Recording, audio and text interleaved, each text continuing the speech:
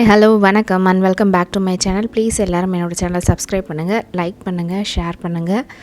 வாங்க வீடியோக்குள்ளே போகலாம். விநாயக பெருமானுக்கு கொழுக்கட்டை பிடிக்குன்றது நம்ம எல்லாருக்குமே தெரியும்.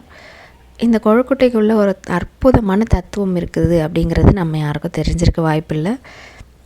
அதாவது விநாயக பெருமான் ஞானத்தின் திருவடிவம் அப்படிங்கிறது நம்ம எல்லாருக்குமே தெரிஞ்ச விஷயம். அவருக்கு தெரியாத விஷயமே இல்லை, அவர் படிக்காத வேதங்களே இல்லை, எல்லாமே அவருக்கு தெரிஞ்சது. கொழுக்கட்டை அவருக்கு ஏன் ரொம்ப பிடிக்கும் அப்படிங்கிறதுக்கு ஒரு காரணம் இருக்குது. அது என்னன்னு பார்க்கலாம் வாங்க. அதாவது கொழுக்கட்டையை நம்ம பச்சரிசி மாவில் உள்ளே இனிப்பு வச்சு செய்வோம். இப்போ வெறும் கொழுக்கட்டை வெறும் பச்சரிசி மாவை மட்டும் வச்சு செஞ்சோன்னா அது டேஸ்ட் இருக்குமா? இருக்காது. அது உள்ளே இனிப்பு வச்சாதான் அந்த டேஸ்ட்டு பர்ஃபெக்டாக இருக்கும், சாப்பிட இப்போ நல்லாயிருக்கும், எல்லோரும் விரும்பி சாப்பிடுவாங்க. அந்த மாதிரி தான் நம்மளோட வாழ்க்கையும். நம்ம வெறும் அந்த பச்சரிசி மாவு மட்டும் இது உடம்பு, நம்மளோட உடம்பு. அதுக்குள்ளே இருக்கிற அந்த இனிப்பு நம்மளோட அறிவு, அதாவது ஞானம். அதாவது வெறும் உடம்பை மட்டும் வச்சுக்கிட்டோம் நம்மளால் ஒன்றும் பண்ண முடியாது. வெறும் அறிவு, ஆத்மா மட்டும் தனியாக இருந்தாலும் நம்மளால் ஒன்றும் பண்ண முடியாது. ரெண்டும் சேர்ந்து இருக்கும்போது தான் நம்மளோட வாழ்க்கைக்கான அர்த்தமே புரியும்.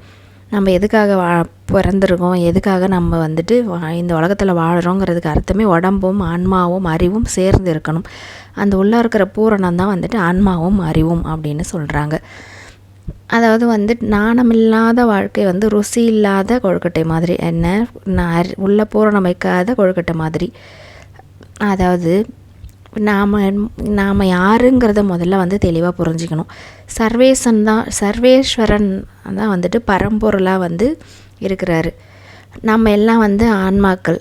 அந்த பரம்பொருளோட ஆன்மாக்கள் இணையும் போது தான் பேரானந்த நிலையை பெறுகிறோம். இதை அறிஞ்சு செயல்படுறது தான் ஞானம்.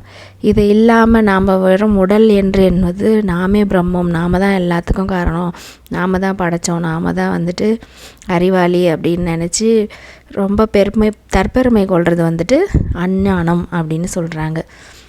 அதாவது அறிவு இருக்கணும். அது எந்த மாதிரியான அறிவுனா, எல்லாருக்கும் ஒரே ஒரு பரம்பொருள் இருக்கார், நாம் வெறும் ஆன்மாக்கள் தான்.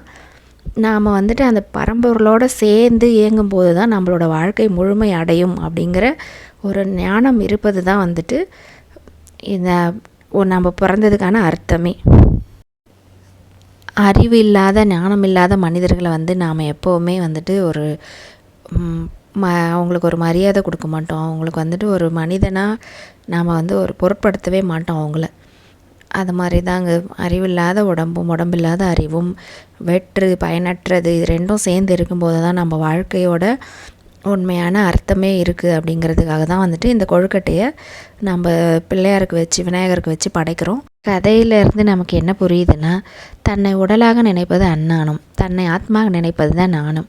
உடலாக தன்னை நினைப்பவன் கொழுக்கட்டைக்கு மேலே இருக்கிற வெறும் பச்சரிசி மாவு மாதிரி தான், அதில் எந்த டேஸ்ட்டும் இருக்காது. தன்னை ஆத்மாக நினைப்பவன் கொழுக்கட்டைக்கு உள்ள வச்ச இனிப்பு மாதிரி அவனோட வாழ்க்கை மிகவும் சுவை நிறைந்ததாக இருக்கும். அப்படிங்கிறது தான் இந்த கதையில் சொல்கிறாங்க. அதே மாதிரி அறிவாளிங்க எந்த சூழ்நிலையும் கலங்க மாட்டாங்க. அடுத்த வழி என்ன, அந்த பிரச்சனையை எப்படி சால்வ் பண்ணலாம் அப்படிங்கிறத யோசிப்பாங்க. அந்த மாதிரி தாங்க நம்ம ஒரு உயர்நிலையை அடையணும்னா ஞானமும் அறிவு, நம்ம ஒரு ஆத்மா தான் அப்படிங்கிறத தெளிவாக புரிஞ்சிக்கணும்.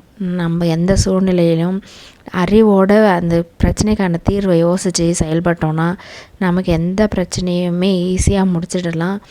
நம்ம எதை நினச்சியுமே கலங்கவே தேவையில்லை அப்படிங்கிறது தான் இந்த கதையில் சொல்லியிருக்காங்க. இந்த கதை உங்களுக்கு பிடிச்சிருந்தா கண்டிப்பாக எல்லோரும் லைக் பண்ணுங்கள், ஷேர் பண்ணுங்கள், உங்கள் ஃப்ரெண்ட்ஸ் அண்ட் ஃபேமிலிக்கும் சொல்லுங்கள். எல்லோரும் சப்ஸ்கிரைப் பண்ணிக்கோங்க. தேங்க்யூ ஃபார் வாட்சிங் மை வீடியோ. அடுத்த கதையில் உங்களை சந்திக்கிறேன். நன்றி, வணக்கம். ஒரு நல்ல கோல்டன் ஆப்பர்ச்சுனிட்டின்னு இது சொல்லலாம்.